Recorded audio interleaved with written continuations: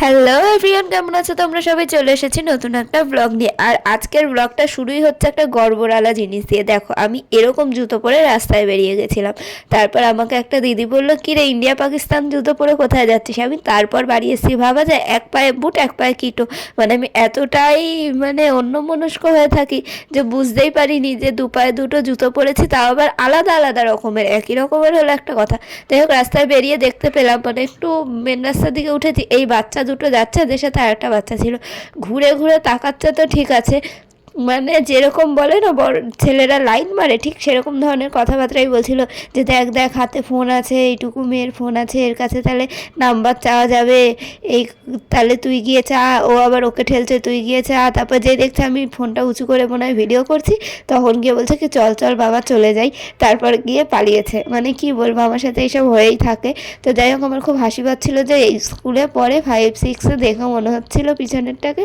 আর সামনেরটাকে তো ওই 7-8, তার বেশি হবেই না। মানে বড়দের ওদের বয়স 15-র নিচে। তো তারা আমাকে লাইন মারছে, আমি ভাবলেও আমার হাসি পাচ্ছে। যাই হোক, ওইসব দেখতে দেখতে মামা বাড়ি চলে এলাম।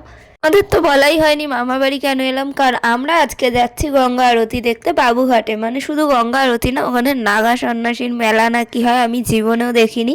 তো মা, মাসি, আমি, দিদা, পাপাই সবাই মিলে যাচ্ছিলাম। তো দিদা তো একা একা যেতে পারবে না, তার জন্য আমি সবার আগে এখানে এসেছি দিদাকে নিয়ে যাবো। ও মা, এসে দেখি দিদা এখনও ডিম ছাড়াচ্ছে, রান্না করবে, খাবে, তারপর যাবে। আমি তারপর ভাবলাম ঠিক আছে, ঘরে ঢুকে একটু বসি। তো বসার পর দিদা বললো যা উপরে, মামি আছে বাড়িতে। তার সেরকম কেউ ছিল না, কারণ দুই বোন স্কুল গেছে, মামারা মামিরা সবাই কাজে গেছে, শুধু ছোটো মামি উপরে ছিল। তো আমি এসে একটু দেখা করলাম, দেখা করার পর কিছুক্ষণ একটু গল্প টল্প করে তারপর বেরিয়ে পড়লাম। তার আগে ওদিকে মাসিরা সবাই ওদিকে নাকি চলে গেছে। তো সেই কারণে আমি আর দিদা যাচ্ছি এখন লেটে। আমি কিন্তু বাড়ি থেকে আগেই বেরিয়েছি, শুধু দিদা একটু দেরি করছিল, তাই এখানে এসে সবার সাথে মিট করলাম। তারপর এখানে গবেষণা করা হচ্ছিল কোন বাসে অ্যাকচুয়ালি যাওয়া হবে গঙ্গা আরতি দেখতে আর ওই মেলা দেখতে। কিন্তু এখানে আমরা কেউই সেরকমভাবে কোনো কিছু চিনি না। তো যাই হোক, মা এখানে বাসের কথা বলছিল যে এই বাসটা যায়, তো দাঁড়া আসবে। তো ওদিক থেকেই আসার কথা, জ্যাংড়ার ওদিক থেকে, যেদিক থেকে আমরা এসেছি। তো সেই কারণেই আমরা বাসের অপেক্ষা করছি। আর এখানে আমরা যাচ্ছি হচ্ছে 5 জন। আর 5 জনই হচ্ছে, রাস্তাঘাট সেরকমভাবে কিছু চিনি না, পাপাই বা এরা তাও একটু রাস্তাঘাটে বেরায়, আমি তো একদমই বেরাই না। যাই হোক, বাসে ওঠার পর আর কিছু তুলিনি, কারণ আমি প্রচণ্ড বমি করছিলাম। আর ওখানে ওই কাকু বা দাদু যাই বলো না কেন বসে আছে মুখে টিকিট নিয়ে। যতক্ষণে উনি টিকিট কেটেছে তখন থেকে টিকিট মুখে নিয়ে পুরো বাবুঘাট অবধি গেছে। বাস থেকে এবার আমরা নেমে পড়েছি। এবার আমরা যাচ্ছি কোন দিক দিয়ে বাবুঘাটের দিকে যাওয়া যায়। আর আমার গলার আওয়াজটা একটু অন্যরকম শোনাতে পারে, কারণ আমার প্রচণ্ড ঠান্ডা লেগে আছে প্রায় মাসখানেক ধরে, কিছুতেই কমছে না। যাই হোক, কি আর করা যাবে, তার মধ্যেও ভিডিও সব কিছুই চলছে। ঠান্ডায় একদম অবস্থা খারাপ আছে। তো যাই হোক, বাদ দাও। এখন আমরা চলে এসেছি বাবুঘাটের দিকে। তো এবার আমরা এই বাসের পিছন পিছন দিয়ে আর কি এদিক দিয়ে ওদিক দিয়ে দেখতে দেখতে যাচ্ছিলাম যে কোন দিকটা গেলে ফাইনালি আমরা বাবুঘাটে পৌঁছাবো। যে আমরা গঙ্গা আরতির জায়গাটার কাছেই চলে এসেছি। এই স্টেশনের জায়গাটা পার করলেই, মানে এখান দিয়ে ট্রেন চলে, তো এই জায়গাটা পার করলেই ওপাশটাতেই বাবুঘাট। তো বাবুঘাটে গঙ্গা আরতি শুরু হয় 6টা থেকে, প্রায় আধ ঘন্টা মতো হয়। কোনো দিন একটু স্লো হলে একটু আগে পিছে হয়, কিন্তু 6টা থেকেই মেন চালু হয়। তো এখানে দেখছিলাম, দিদাকে আর কি দেখাচ্ছিলাম যে দেখো এই জায়গাটাতেই গঙ্গা আরতি হয়। দিদা অনেক দিন থেকেই বলছিল দিদার গঙ্গার জল লাগবে, আর গঙ্গা আরতিও কোনো দিন দেখেনি। সেই কারণেই মা আমাকে বলেছিল মা, আমি আর দিদা আসবো। তো মাসি এই খবরটা পাওয়ার পর মাসি বললো তাহলে আমরাও যাই, আমাদেরও তো বাড়িতেই বসে আছি, যাই গিয়ে ঘুরে আসি। তো সেই কারণে 5 জনে মিলে এসেছি। আর বেশ মজা হচ্ছিল যে অনেক দিন পর সবাই মিলে এরকম একসাথে ঘুরতে এসেছে। আরও লোক আছে বাড়ির, তারা আসলে তো আরও ভালো হয়। যত বেশি লোক হয় সব কিছুর আনন্দটাও তত বেশি হয়। যাই হোক, এখানে আমরা দিদাকে এটাই দেখাচ্ছিলাম যে এই জায়গাটায় সেজে গুজে সব লোকজন দাঁড়িয়ে তারপর চেয়ার পাতিয়ে এখানেই গঙ্গা আরতিটা হয়। এখানে কোনখানে নাগা সন্ন্যাসীর মেলা বসেছে সেইখানেই আমরা যাবো। এবার তোমরা নাগা সন্ন্যাসী মানে যারা বুঝতে পারছো না, আমিও যেমনি প্রথমে বুঝতে পারছিলাম না, মা আমাকে পরে ভালো করে বুঝিয়ে বললো নাগা সন্ন্যাসী মানে হচ্ছে যারা বড় বড় সাধক আর কি বলে নিজেদেরকে, যে হিমালয় থেকে এসেছি, এরকম জায়গা থেকে এসেছি, আমাদের জামা কাপড় পরা লাগে না। মানে তারা একদমই বস্ত্র ধারণ করে না। কিছু লোক আছে যারা জামা কাপড় পরে, যা দেখলাম, আর কিছু লোক আছে একদমই পরে না। আর এমন এমন কাজ করে, মানে কি বলবো, আমার তাদেরকে দেখে একদমই মন থেকে ভক্তি শ্রদ্ধা কিছুই আসছিল না। কি কারণে আসবে, মানে তাদের ব্যবহার, তাদের কাজবাজগুলোই এমন ছিল, মনে হচ্ছিল তারা শুধুমাত্র নিজেদের শরীরের বিভিন্ন অঙ্গ প্রত্যঙ্গ প্রদর্শনী করাতে এসেছে। মানে সেরকমই তাদের হাব ভাব ছিল, মানে আমি তোমাদেরকে বলে বোঝাতে পারবো না। যারা কখনো এখানে এসেছে, আমি আর পাপাই তো মানে ভাবতেও পারিনি যে এতটা এরকম হবে। যাই হোক, এসেছি। আমাদের এবার বয়স্ক মানুষ বা অন্য অন্য বড় বয়সের মহিলা কাকু জেঠুরা আসে, তাদের অতটা লাগে না দেখে। কিন্তু আমরা যদি ওরকম দেখি যে কিছু ভুলভাল কিছু হচ্ছে বা ওরকম করছে, তখন গিয়ে কীরকম একটা যে লাগছিল দেখতে। কিছু কিছু লোক আছে তাদেরকে দেখে সত্যি সাধু মনে হচ্ছিল, আর কিছু কিছু লোক বিড়ি সিগারেট খাচ্ছে, বিমল খাচ্ছে, স্মার্টফোন চালাচ্ছে, তাদেরকে দেখে কিভাবে মনে হবে যে তারা সাধু। আমি তো জানি সাধুদের সব মোহমায়া ত্যাগ করে আসে। এবার বলবে যে ফোন চালাবে না, তাই বলে তাদের তো পরিবারই থাকে না, কিন্তু তাদের ফোনটা দরকারি হওয়ার কথা না। কিন্তু ঠিক আছে, ফোন চালাও, তোমার কাছে টেপা ফোন থাকলো বা স্মার্টফোন থাকলো সেটা কথা না। তুমি ওখানে সানগ্লাস পরে, জামা কাপড় ছাড়া, পোজ দিয়ে, ভুলভাল ইঙ্গিত দিয়ে লোককে অ্যাট্রাক্ট করছে যাতে তোমার দিকে আসে, টাকা দেয়। মানে এগুলো আমার একটু অকাট লাগছিল যে কীরকম একটা জিনিসটা। যাই হোক, প্রথমবার এসেছি, এবার না দেখে ফেরতও যেতে পারবো না, আর বাকি লোক তো দেখবেই। তো যাই হোক, মানে কাণ্ডটা হয়েছে কি, আমরা প্রথমে চিনতে পারছিলাম না। একটা সাধু বাবা মতো লোককে দেখে জিজ্ঞাসা করা হলো যে কোন দিকে হচ্ছে। উনি বললো চলো চলো, নিয়ে যাচ্ছে, আমি নিয়ে যাচ্ছি। মানে উনি এমন জোর করছিল যে আমিই নিয়ে যাবো, চলো আমার সাথে আসো। এবার তারপরে মা আর মাসি ভাবলো এটাও হতে পারে সেই তারকেশ্বরে পুজো দেওয়ার মতো, যে হয়তো আমাদের নিয়ে গিয়ে বলবে এত টাকা দাও, অত টাকা দাও, বা এইখানে পুজো দিতে হবে। তো আমরা তো ওই সবের জন্য আসিনি। হট করে যদি ওরা চেয়ে বসে তখন কী করবো? তারপর কোনো রকম ওনাকে বুঝিয়ে বাজিয়ে যে আপনি যান, আমরা পরে যাবো, এই বলে আমরা তারপর নিজেরাই খুঁজতে খুঁজতে চলে এলাম। এসে দেখছি এখানে জামা কাপড়, লেপ, কম্বল, সোয়েটার, গার্ডার, ক্লিপ সব কিছুর দোকানপাট বসেছে, যেরকম বেলায় বসে। কিন্তু এখানে দোকানের মতো না, তারা ফুটপাতে নিয়ে রাস্তার পাশে বসেছে, যেরকম হাটে ফাটে বসে সেরকমভাবে জিনিসপত্র বিক্রি হচ্ছিলো। আর এখানে প্রচুর প্রচুর জিনিস বিক্রি হচ্ছিলো, যেমন রুদ্রাক্ষ, এটা ওটা। আর এই যে কাকুটাকে দেখলে টি শার্ট দেখাচ্ছে, সে আমাকে বলছে আমাকে তোলো, আমাকে তোলো। আমি তাই ভাবছি একজন তুলতে দিতে চায় না, নিজে নিজে থেকে বলছে আমাকে তোলো, আমাকে তোলো। তো কিছুটা কাছে যাওয়ার পর দেখতে পেলাম রুদ্রাক্ষ বিক্রি হচ্ছে, তাও আবার গাছ থেকে পেরে আনা রুদ্রাক্ষ, গাছের ডালের সাথে লাগানো। কিন্তু আমার মা বলছিল এর মধ্যে অনেকগুলোই নকল, যেগুলো সাপের মাথা, শিবলিঙ্গ মতো বানানো, গাছে কোনোদিন ওরকম হয়, আর হলেও এগুলো নকল। তার কারণ হচ্ছে কি, এটা দেখেই মনে হচ্ছে কেমন যেন গাছের সাথে, ডালের সাথে ভালো করে আঠা ফাটা দিয়ে লাগিয়ে রেখেছে। কিন্তু পাপাই আর আমি তখন তর্ক করছিলাম যে না না, এটা আসল, দেখো কিরকম ডালের সাথে লাগানো। কিন্তু কিছু দূর গিয়ে আমরা দেখতে পেলাম এরা এই জিনিসগুলোকে পালিশ করছে, কালার করছে, পাথরের মধ্যে কালো রং ঘষছে, আর এগুলোকেই মানে নানা রকম এই শিলা ওই শিলার বলে বিক্রি করছে। তখন বোঝা যায় তার মানে সত্যি কথাই যে এগুলো ঢপের চপ, এইসব কালো কালো কী সব পাথর, রুদ্রাক্ষর মালা, এটা ওটা, আংটি, তাবিজ, কী সব যে বিক্রি হচ্ছিল কিছুই বুঝতে পারছিলাম না। আর এদের যুক্তি ম্যাক্সিমাম জিনিসই খাঁটি, আর সব কিছুই এরা গাছ থেকে পেরে আনে। কিন্তু এগুলো অনেকই নকল আছে। আমরা প্রথমে ভেবেছিলাম এরা তো সাধু সঙ্গদের সাথে এসেছে, মানে অনেক সাধু বাবাদের সাথে লিখকে দেয়, তো এগুলো আসলই হবে। কিন্তু কী করে বুঝবো, সাধুগুলোও ওরকম, এরাও সেরকম। যাই হোক, কিছু বলতে চাই না এই নিয়ে। তো এগুলো এরা বিক্রি করছিল, লোককে ঠকাচ্ছিল এক প্রকার, যে রং করে করে। সেই দৃশ্যটা তুলতে পারিনি, তখন হট করে পাশ দিয়ে হেঁটে চলে গেছি। তখন এই যে বাসি যে পাথরগুলো ধরে আছে কিনবে বলে, এই পাথরগুলো ওরা সিমেন্ট দিয়ে বানিয়ে উপরে পালিশ রং করে এখানে বিক্রি করছে। আর কী সব এই পাথর সেই পাথর বলে বিক্রি করছে। আর এখানে প্রচুর লোক ছিল যারা কিনা ফ্রিতে গঙ্গাসাগর দেখতে যাবে। মানে গঙ্গাসাগর এই পৌষ মাসে একটা উৎসব হয়, যেখানে পূর্ণ স্নান করতে যায় সবাই। সেখানে যাওয়ার জন্য প্রচুর জায়গার মানে লোক এসেছিল, বিহার, গুজরাট, মহারাষ্ট্র, কলকাতা, অন্য অন্য যত জায়গার লোক আছে। এই যে দেখো এরকম ঘর ঘর করে দিয়েছে, এর ভিতরেই এরা থাকছিল। এরা এখান থেকে যেদিন নিয়ে যাওয়া হবে সেদিন এরা এখান থেকে ডাইরেক্ট যাবে গঙ্গাসাগর। এখান থেকে খাবার দাবার, চা, বিস্কুট সব দেওয়া হচ্ছিল। তো আমরা এবার ভিতর দিকে গিয়ে দেখবো কোথায় আর কি সাধু বাবা বসেছে। এই যে ব্যানারটা দেখতে পাচ্ছ, ওখানে আমাদের দেশের মুখ্যমন্ত্রীর ছবি দেওয়া আছে। তো আমি ভেবেছিলাম হয়তো সেই এগুলোর আয়োজন করেছে, কিন্তু ভিতরে ঢুকে বুঝতে পারলাম না বিহার থেকে, বিহারের কোনো নেতা মন্ত্রী বা কোনো সেবা সংঘ থেকে খুলেছে, অন্য জায়গা থেকে অন্য জায়গার কোনো সেবা সংঘ থেকে খুলেছে, এরকমভাবেই আর কি। আর ভিতর দিকেও রয়েছে প্রচুর দোকান। আর এখানে বড় বড় রিপোর্টার, ক্যামেরাম্যান, ব্লগার ভর্তি ছিল, মানে যারা ভিডিও করছিল, ছবি তুলছিল এদের। আর এরা কোনো বাধা দিচ্ছিল না। অন্য জায়গায় যেমনি বাধা দেয়, এরা কিন্তু সেরকমভাবে বাধা দিচ্ছিল না। এরা চায় যাতে এদেরকে তুলুক। আমিও যখন ক্যামেরা নিয়ে তুলছিলাম, এরা হাই হ্যালো করছিল।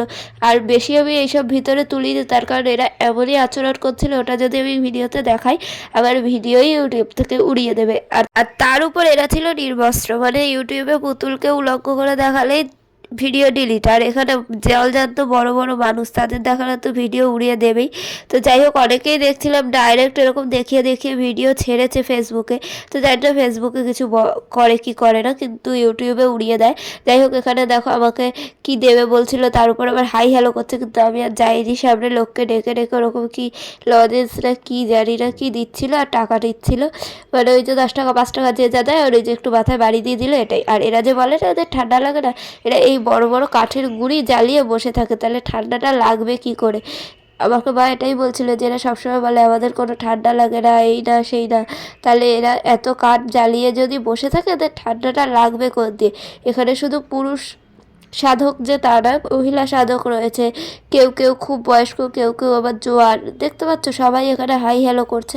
মানে আমি তাই ভাবছিলাম, বাবা ক্যামেরা দেখে হাই হ্যালো করছে, আমি তো ভেবেছিলাম সাধুরা হয়তো রাগারাগি করবে বা বলবে এই ক্যামেরা করো না আমাদেরকে। ওরা চায় যে ওদেরকে আমরা দেখাই, লোকজন ওদের সম্পর্কে জানুক, ওদের এইসব জায়গায় আসুক, যত লোক আসবে ওদের ইনকামটাও তত বেশি। কারণ এখানে তো ওরা শুধু ওই যে কাঠপোড়া ছাই কী সব যেন কপালে একটু ঠেকিয়ে দিচ্ছে, একটু ঝাড়িয়ে দিচ্ছে, আর পয়সা নিচ্ছে 2 টাকা 5 টাকা, কেউ বেশি পয়সাও দিচ্ছে, যে যেরকম। আবার অনেকে অনেক কিছু সমস্যা নিয়ে যাচ্ছে, তাদের তাবিজ টাবিজ দিচ্ছে। আর এখানে মাসিরা শঙ্খ কিনবে বলে দেখছিল, আর ওই মহিলা বলছিল শঙ্খ দিয়ে তোমরা এটা আসল শঙ্খ কীভাবে বুঝবে, এটা তুমি কানে দাও সমুদ্রের আওয়াজ পাবে। এবার আমি তো কানে দেইনি, আমি ভিডিও করছিলাম আর একটু সমস্যার কারণে আমি কানে দেইনি। তো যাই হোক, এখানে ওরা কানে দিয়ে বলছিল আওয়াজ তো হচ্ছে, কিন্তু এটা সমুদ্রের আওয়াজ নাকি জানি না। এবার তুমি দেখবে দেয়ালে কান দিয়ে দিয়ালেও আওয়াজ হয়, তারপরে কোনো বেঞ্চ ফাঁকা ঘরের মধ্যে কান দিয়ে দেখবে আওয়াজ হয়, তার মানে কি ওটা সমুদ্রের আওয়াজ বা কোনো সেরকম আওয়াজ। আমি জানি না আদৌ এইসবের লজিকটা কি। আর পাপাই আর মাসি প্রচুর জিনিস দেখছিল নেওয়ার জন্যে, যে এটা এটা ওটা সব ধরে ধরে দেখছিল। তারপর কিছু দূর এগাতেই দেখতে পেলাম সেই সাধু সন্ন্যাসীদের, যাদেরকে মেনলি নাগা সন্ন্যাসী বলা হয়, কয়েকজন কয়েকজন দেখছিলাম। আবার কয়েকজন জামা কাপড়ও পরেছিল। তোমরা বুঝতেই পারছো আমি কিসের কথা বলছি। এনাদেরকে দেখে সত্যিই বলতে সেরকমভাবে সাধু সাধু মনে হচ্ছিল না। আমি জানি এরকম বলাটা উচিত না, কিন্তু তবুও এনাদের কেমন একটা লাগছিল যে এটা আবার কীরকম ধরনের সাধু। আমি শুনেছি সাধু সন্ন্যাসীরা পোশাক আশাক পরে না, তাই বলে তারা এরকমভাবে যে লোক দেখলে আরও বেশি করে সেটাকে প্রদর্শন করে, যে দেখো দেখো এরকম দেখো ওরকম দেখো। মানে কি বলবো, আমি বুঝিয়ে বলতে পারছি না। মানে এমনভাবেই ওনারা কাজবাজ করছিল, ওরকমভাবে মানে আমি তো মুখে বলতে পারবো না ওইভাবে যে এই সব করছিল বা এরকম।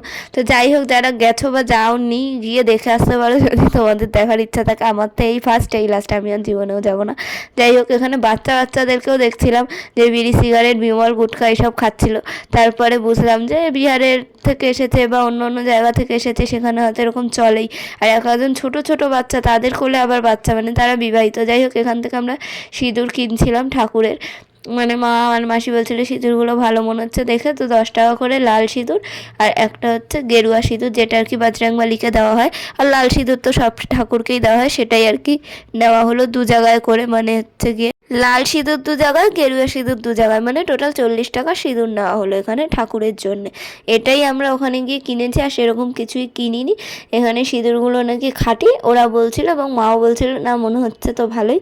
তো সেই কারণেই নেওয়া। এখানে মাসি শাখাও দেখছিল, কিন্তু দাম অনুযায়ী শাখাগুলো মানে ভালো লাগছিল না মাসির। আর কিরকম মনে হচ্ছিল যেন সিমেন্ট বা পুট্টি প্লাস্টার এরকম কিছু দিয়ে বানানো। সেই কারণে মাসি দেখে ঠেকে বললো থাক বাবা, কম দাম তো কী হয়েছে, নেবো না। আর এখানে এই লোকগুলো কী করছে, এসে ইচ্ছা করে টিপ দিয়ে বলছে পয়সা দাও, এবার 20 টাকা দাও 10 টাকা দাও। মাসি বলছে আমি কি আপনাকে বলেছি যে আমার মাথায় টিপ দিন বা কিছু? বলছে না দিয়ে দিলাম এই ওই, মানে কি বলবো, পয়সা চাইছিল। তারপর আমরা এদিকে চলে এসেছি, আর এখানে আমরা একটু চা নিয়েছি। এখানে ফ্রিতেও চা দিচ্ছিলো, সেটা লাইন দিয়ে খেতে হবে। তো সে আর কে খাবে, লেবু চা খেয়ে নিলাম 5 জনে। তারপর চলে এলাম আমি আর পাপাই এখানে কিছু একটা খাবো। তো পাপড়ি চাট কিনেছি 2টো। পাপড়ি চাটের দাম নিয়েছিল 50 টাকা, 2টো 100 টাকা নিয়েছিল, কিন্তু খেতে একদমই ভালো ছিল না। আমার তো ভালোই লাগেনি। আমি উপর দিয়ে একটু পাপড়িগুলো খেয়ে আলু ফালু সব মাকে দিয়ে দিয়েছি যে তুমি খাও, আমি খাবো না। তারপর এখানে কিছুক্ষণ বসার পর এবার আমরা চলে যাব গঙ্গা আরতি দেখতে। এই সাধুরা মানে এক এক জায়গায় এক এক রকম প্রদর্শনী করছিল, মানে নিজেদের শরীরের মানে কিছু বিশেষ বিশেষ অঙ্গ প্রত্যঙ্গে আংটি, তারপরে হচ্ছে গিয়ে হাঁড়ি কলসি সব ঝুলিয়ে ঠুলিয়ে রেখেছিল। বুঝতেই পারছো আমি কিসের কথা বলছি। তো যাই হোক, এইসব দেখে তো আমার মাথায় খারাপ হয়ে গেছিলো যে এই কি এরকম আবার কীরকম সাধু, ওইখানে ওরকম কলসি রেখেছে, মানে ওখানে পয়সা দিতে হবে, মানুষ ওখানে গিয়ে পয়সা দেবে, মানে কি বলবো, আমার তো একদমই বিচ্ছিরি লাগছিলো এইসব জিনিসগুলো। তো এদের দেখে আমার একটুকুও ভক্তিও আসছিল না, মনেই হচ্ছিল না যে এরা সাধু, এরা আবার কেরম সাধু আমি জানি না। তো যাই হোক, গঙ্গা আরতির দিকে চলে এসেছি। এখানে এই জলটা ছিল যে আগের বার এসে দেখিনি। আগের বার এসে অবশ্য আমরা গঙ্গা আরতি দেখে তাড়াতাড়ি করেই বাড়ি চলে গেছিলাম, অত ঘুরে ঠুরে দেখিনি। আর এই হচ্ছে মা গঙ্গার মন্দির। মন্দিরটা কিন্তু ছোটোখাটোর মধ্যে বেশ সুন্দর, আর ঠাকুরটাও ঠিক সেরকমই সুন্দর। তোমরা যারা আসনি গঙ্গা আরতি দেখতে, এখনও অবধি আসতে পারো। বাড়ি থেকে খুবই কাছে, খুব বেশি টাকাও লাগে না, বড় জোর 60-70 টাকা বা 100 টাকা হলেই দুজন আরামসে ঘুরে যেতে পারবে। মানে দুজনের ঘোরার কথা বলছি, 100 টাকায় আরামসে ঘুরে যেতে পারবে, শুধু গাড়ি ভাড়ার কথা বললাম। আর এখানে দেখো প্রচুর চেয়ার করা থাকে বসার জন্য। এখানে মাসি, মা, দিদা এক জায়গায় বসছে, আমি আর পাপাই দাঁড়িয়ে রয়েছি। বসবো, সামনের দিকে আমরা সিট পেয়েছি, এখানে বসেছি। তারপরে পরে যখন এই জায়গাটা ফাঁকা হয়ে যায়, সবাই মিলে আমরা লাইন দিয়ে এক জায়গাতেই 5 জোটা বসি। আর এখানে গঙ্গা আরতির প্রস্তুতি চলছে, মানে এখনও শুরু হয়নি, এখানে সব শুরু করছে। একবার যদি এখানে এসে গঙ্গা আরতিটা শোনো, বেনারসের ফিল পাবে। তাছাড়া হচ্ছে গিয়ে বেনারস তো সবার পক্ষে যাওয়া সম্ভব না, এখানে আসলে এখানেও তোমরা সেম অনেকটা একই রকম গঙ্গা আরতি দেখতে পারবে। আর তার উপর তোমাদের মন প্রাণ সব কিছু, যতই তোমাদের পরে দুঃখ থাক, যাই থাক, সব কিছু যেন সেই কিছু মুহূর্তের জন্য হলেও ভুলে যাবে, আর মন প্রাণ অনেকটা হালকা হয়ে যাবে। এখানে এত সুন্দর করে গঙ্গা আরতিটা হয়, মানে কি বলবো, তোমরা যদি কোনোদিন না এসে থাকো তাহলে তো বুঝবে না, আসলে বুঝবে কতটা সুন্দর লাগে আর কতটা ভালো লাগে এখানকার গঙ্গা আরতিটা দেখতে। আর এখানে চেয়ার থাকে, সব থাকে, তোমার ইচ্ছা মতো তুমি বসে দেখতে পারবে, কোনো সমস্যাই হওয়ার কথা না। আগেও একবার এসেছি, আর ভবিষ্যতে সুযোগ পেলে আমি আবারও যাবো, কারণ এই জায়গাটাতে যেতে এতটা ভালো লাগে কিছু বলারই নেই, বলে বোঝানো যাবে না এইসব জায়গায় যাওয়ার ফিলিংস। আর গঙ্গা মানেই তো একটা শান্তির জায়গা, পাপ মুক্ত হওয়ার জায়গা। যাই হোক, অত কথা না বলে এবার তোমরা দেখো যে কি সুন্দর করে এরা গঙ্গা আরতিটা স্টার্ট করছে। এটা অনেক দিন আগে থেকেই চালু হয়েছে, কিন্তু আমরা যখন গেছিলাম তখনও অবধি নতুন নতুন ভাব ছিল, কিন্তু এখন অনেক লোক হয়, অনেক লোক জানে, প্রচুর লোক এখানে আসে। স্কুল কলেজ ফেরত ছেলেমেয়েরা অফিস থেকে ফিরছে কিছু লোক, তারাও দেখছে এখানে বসে আছে, প্রচুর লোক। আর এখানে বিশেষ করে ইউটিউবার্স, তারপরে ক্যামেরাম্যান যারা ফটোগ্রাফি করে, তারা প্রচুর ভিড় থাকে তাদের এইসব জিনিসগুলো তোলার জন্য। এর আগেও আমি একবার এসেছিলাম, তখন আমি ভিডিও করে নিয়ে গেছিলাম, তোমরা চাইলে সেই ভিডিওটাও দেখতে পারো। আর এই ভিডিওটাও দেখতে পারো, এর মধ্যে তারও নতুন নতুন অনেক কিছু আছে। ব্যাকগ্রাউন্ডে একটা গান হয়, মানে বাইরে একটা গান চালায়, তারপরে কখন হাত উঁচু করতে হবে, কি করতে হবে সেগুলো বলে মাইকে। আর এখানে সেই তালে তালে গঙ্গা আরতিটা হয়। যারা গঙ্গা আরতি করে তারা সবাই একই রকম পোশাক পরে থাকে, একই রকম সব ধুনুচি ঠুনুচি নিয়ে। এত সুন্দর লাগে না ওই জায়গাটাতে, অ্যাম্বিয়েন্সটাই একটা অন্যরকম।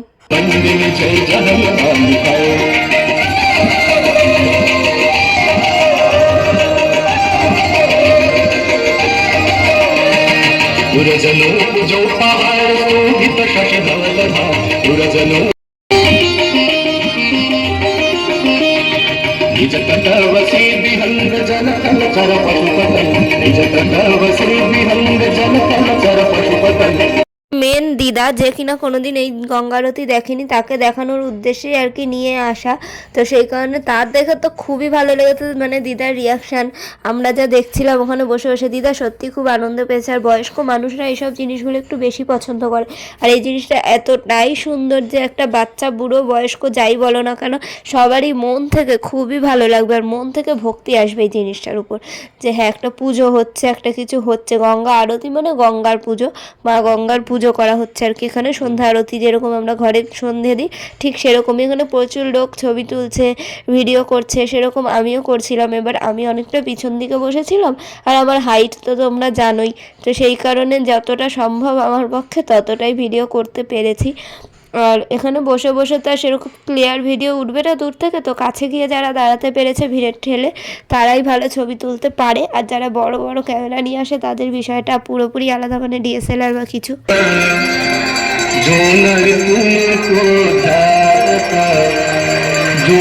मैया जी को ध्याता मन वांछित फल पाता। जय गंगे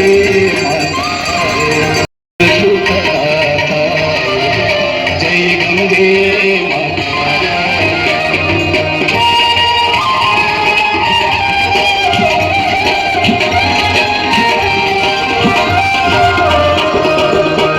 एक ही बार जो तेरी मैया तू है सुखदाता, मैया तू है सुखदाता। तेरी गोद में आ कर तेरी गोद में आकर मन शांति पाता जल प्रवाह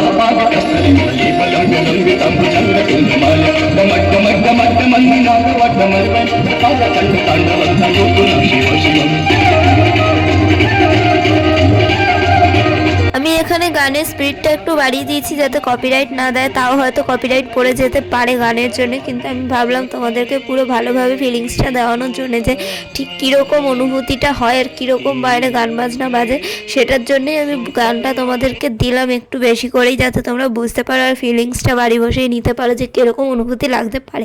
আমাদের তো খুবই ভালো লাগছিলো, আর এই যে এই ভিডিওগুলো একটু স্লো মোশনে করেছিলাম সেগুলো দেখতে তো আরোই ভালো লাগছিলো, কিন্তু এই যে সামনে বসে থাকা মানুষগুলোর মাথা উঠেছে, এগুলো যদি না উঠে শুধু তাদের ভিডিও তুলতে পারতাম তাহলে আরও সুন্দর হতো। মানে যে দিকটা ওনারা ঘুরে করছে পিছনেও ঘোরে, চারিদিকেই ঘোরে, কিন্তু ওই সামনে গঙ্গার পাড়টায় দাঁড়িয়ে এগুলো তুলতে পারলে মানে বিশাল ভালো হতো, কিন্তু ওখানে যেতে দেয় না। তো লাস্ট ফিনিশিং এখানে বলছিল হাত তুলে সবাই করো জোরে তালি দাও, নমস্কার করো, মানে যেরকম কীর্তনে হয় আর কি, সেই জিনিসটাই এখানে সবাই করছিল। মানে এত সুন্দর লাগছিল এই সময়গুলোতে, আমাদের বাড়ির লোকেরাও করছিল।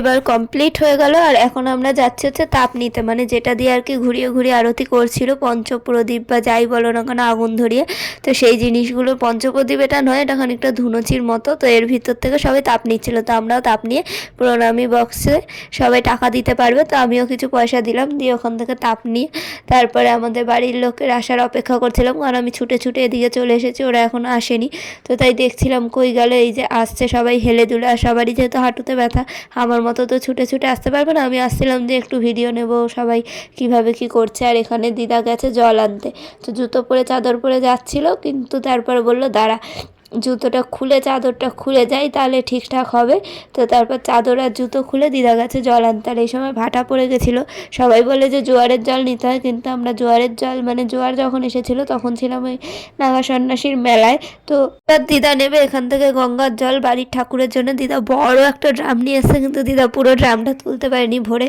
কিছুটা জল নিয়েছে, মানে হাফের একটু বেশি তো নিয়েছে। তারপর এবার আমরা এখন উঠে যাচ্ছি বাড়ির দিকে বলতে এখন আমরা যাব বাড়ি, যে যার বাড়ি, মানে সবার বাড়ি আলাদা, আমি মাসি পাপাই সবাই যাব জগৎপুর, দিদা যাবে জ্যাংড়া, আমার মা যাবে শ্যামনগর, কিন্তু বাসে আমরা উঠবো একটাই বাসে, আমি পাপাই আর মাসি নেমে যাব কেষ্টপুর, দিদা আর মা নামবে বাগুইআটি, তারপর দিদা আলাদা অটো উঠবে, মা আলাদা অটোয় উঠবে, তো দিদাকে একা ছাড়াটা খুবই রিস্ক, তো অটোতে তুলে দেওয়াটাই বেটার।